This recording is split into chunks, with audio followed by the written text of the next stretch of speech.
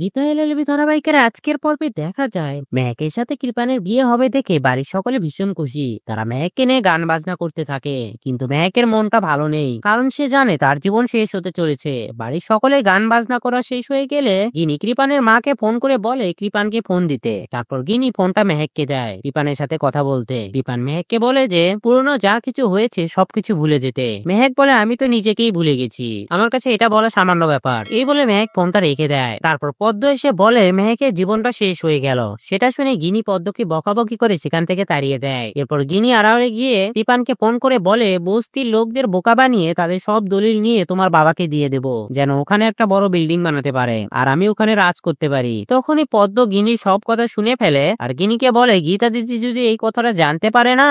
তখন গিনি বলে তোর গীতা দিদি কিচ্ছুই করতে পারবে না, আমাকে ফলো করা বন্ধ কর নইলে মার খাবি। অন্যদিকে গীতার কথা মতো ঢালি সেই ক্যাফেতে গিয়ে পৌঁছে যায় আর ঢালি ক্যাফের ম্যানেজারের সঙ্গে কথা বলে ফোনটা গীতাকে দেয়। ম্যানেজার গীতাকে বলে 13ই নভেম্বর আপনার ক্যাফেতে সঞ্জয় চৌধুরীর মার্ডার হয়েছিল, তার ব্যাপারে সমস্ত ডিটেল জানতে চাইলে সে কিছুই বলতে চায় না। তখনই গীতা হুমকি দিলে সে সবকিছু বলতে শুরু করে আর গীতা ঢালিকে বলে লোকটিকে তুলে নিন, ওর কাছে আরো অনেক ইনফরমেশন পাওয়া যাবে। তো বন্ধুরা, ভিডিওটি কেমন লাগলো কমেন্ট করে জানাও আর এমন গসিপসে আপডেট পেতে আমাদের চ্যানেলটি সাবস্ক্রাইব করুন।